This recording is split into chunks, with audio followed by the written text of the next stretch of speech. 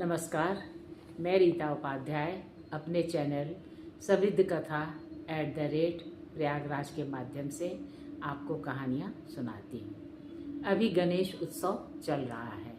गणेश उत्सव 27 अगस्त से शुरू होकर 6 सितंबर को समाप्त होगा। उस दिन अनंत चतुर्दशी का पर्व भी मनाया जाता है। विघ्नहर्ता, बुद्धि प्रदाता, प्रगतिदायक, शत्रुनाशक, मंगल मूर्ति, सिद्धि विनायक, देवताओं में प्रथम पूज्य श्री गणेश भगवान की जय। भगवान मेरे साथ साथ सभी विश्व के प्राणियों का तथा मेरे देशवासियों का भी कल्याण करें, सभी पर अपनी कृपा बरसाएं। हिंदू धर्म में सबसे लोकप्रिय और सर्वाधिक पूजे जाने वाले देवता श्री गणेश भगवान शिव और पार्वती के पुत्र हैं। आइए हम जानते हैं कि गणेशोत्सव की शुरुआत सर्वप्रथम किसने प्रारंभ की थी। इतिहास से हमें जानकारी मिलती है कि शिवाजी महाराज ने 17वीं शताब्दी में गणेश उत्सव मनाने की प्रथा प्रचलित की। इसके पीछे उनका उद्देश्य था सनातन धर्म की रक्षा करना।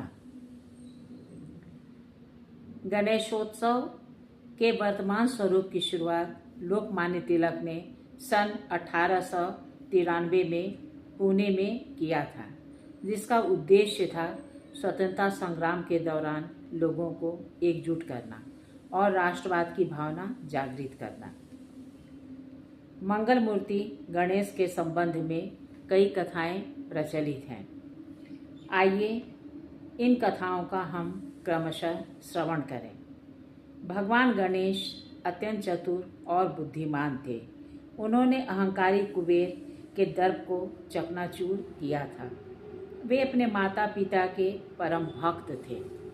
उन्हें आदिदेव शंकर ने सभी देवताओं में प्रथम पूज्य होने का आशीर्वाद दिया था।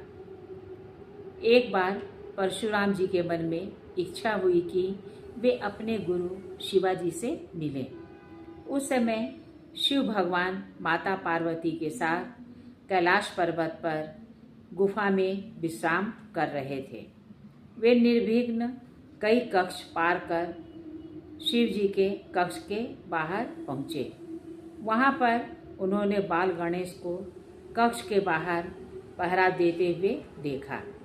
परशुराम को उन्होंने अंदर जाने से रोक दिया। इस पर परशुराम जी अत्यंत क्रोधित हो गए। उन्होंने गणेश को युद्ध के लिए ललकारा और दोनों में भयंकर युद्ध होने लगा। युद्ध बहुत देर तक चला। परशुराम जी ने भगवान शंकर का दिया हुआ अस्त्र गणेश जी की ओर फेंका। गणेश जी समझ गए कि यह उनके पिता का दिया हुआ अस्त्र है। इसे व्यर्थ जाते देख मेरी पिता की अवमानना होगी, इसलिए उन्होंने अस्त्र का प्रहार अपने ऊपर होने दिया और उनका एक दांत टूट गया और वे खून से लथपथ होकर गिर पड़े। अब तक शोर सुनकर माता पार्वती और भगवान शिव जग गए और वे कक्ष से बाहर निकल आए। पार्वती जी यह दृश्य देखकर बहुत ही क्रोधित हो गईं और उन्होंने अपना रूप कालिका बना लिया और भयंकर उत्पात मचाना शुरू कर दिया। उन्होंने तीनों लोकों में संहार करना प्रारंभ कर दिया तो गणेश और शिव जी ने उन्हें समझा बुझाकर शांत किया। इस प्रकार एक दांत टूटा होने के कारण उन्हें एकदंत कहा गया। गणेश जी के एकदंत होने के बारे में एक और कथा प्रचलित। एक बार महर्षि वेद व्यास को ब्रह्मा जी से महाभारत की रचना करने की प्रेरणा मिली। उनके सोचने की गति बहुत तीव्र थी। उन्होंने अपने विचारों को लिपिबद्ध करने के लिए एक सुयोग्य व्यक्ति को ढूंढा। उन्हें कोई भी व्यक्ति उचित जान ना पड़ा, इसलिए उन्होंने इसके लिए गणेश जी का चुनाव किया। उन्होंने गणेश जी के सामने प्रस्ताव रखा।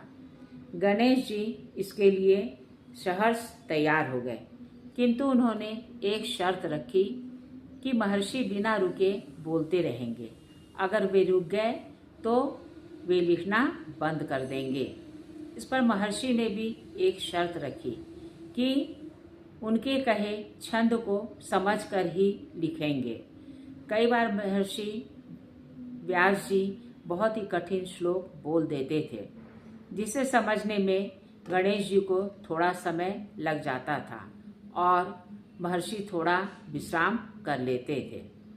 एक बार लिखते लिखते गणेश जी की लेखनी टूट गई, तो उन्होंने अपने दांत को ही तोड़कर लेखनी बना लिया और उसी से लिखने लगे। महाभारत एक प्राचीन महाकाव्य है जिसमें 1 लाख से अधिक छंद हैं।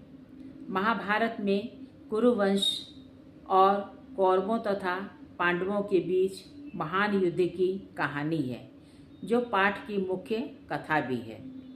गणेश जी सभी देवताओं में अग्रगण्य और पूज्य हैं। आइए इस संबंध में हम एक कथा सुने।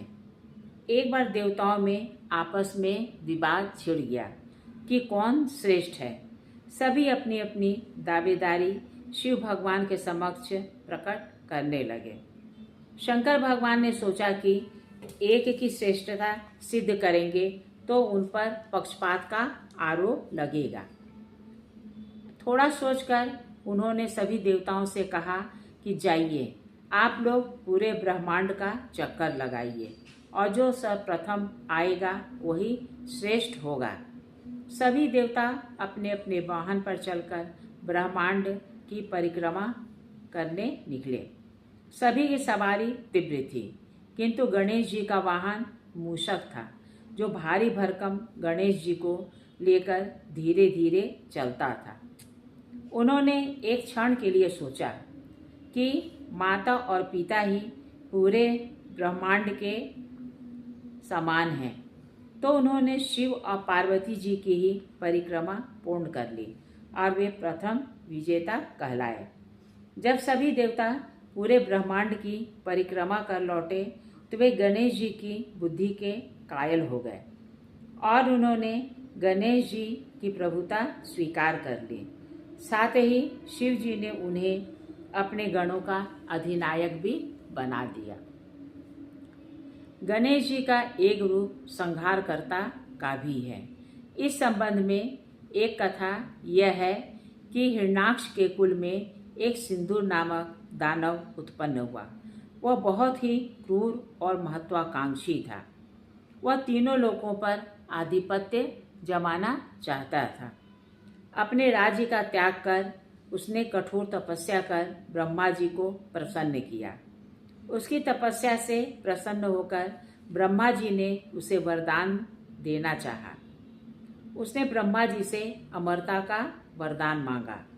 ब्रह्मा जी ने इस पर अपनी असमर्थता प्रकट की। इस पर उसने कहा कि मेरे शरीर पर सिंदूर का एक गहरा अभेद्य कवच प्रदान करें। साथ ही उसने कहा कि कोई भी मनुष्य, प्राणी, असुर, देवता किसी भी रूप में और किसी भी शस्त्र से मुझे न मार सके। उसने पृथ्वी, देवलोक और पाताल लोक पर अपना आधिपत्य जमा लिया। सभी लोकों में हड़कंप मच गया। वह बहुत ही क्रूर और तानाशाह था। उसने बहुत ही भयंकर उत्पात मचाना शुरू कर दिया। सभी देवता डर के मारे इधर उधर छिप गए। बृहस्पति के नेतृत्व में सभी देवता क्षीर सागर में भगवान विष्णु के पास पहुँचे।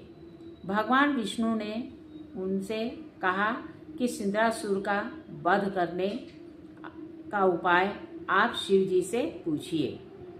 सभी देवता भगवान शिव जी के पास कैलाश पर्वत पर पहुँचे। भगवान शिव ने उन्हें अभय दान देकर कहा कि मेरा पुत्र गणेश सिंद्रासुर का वध कर सकता है। पिता की आज्ञा से गणेश भगवान ने अपने रूप को लाल रक्त वर्ण में परिवर्तित किया। माता पार्वती और शिव ने उन्हें अपनी अलौकिक शक्तियाँ प्रदान की। सिंदरासुर से गणेश का युद्ध प्रारंभ हुआ। वे अपने गणों के साथ युद्ध करने लगे। एक लंबे युद्ध के उपरांत गणेश जी ने सिंदरासुर को अपने एक दांत निकालकर फाड़ डाला। इस प्रकार गणेश जी ने एक आतताई को मारकर तीनों लोगों को मुक्त किया।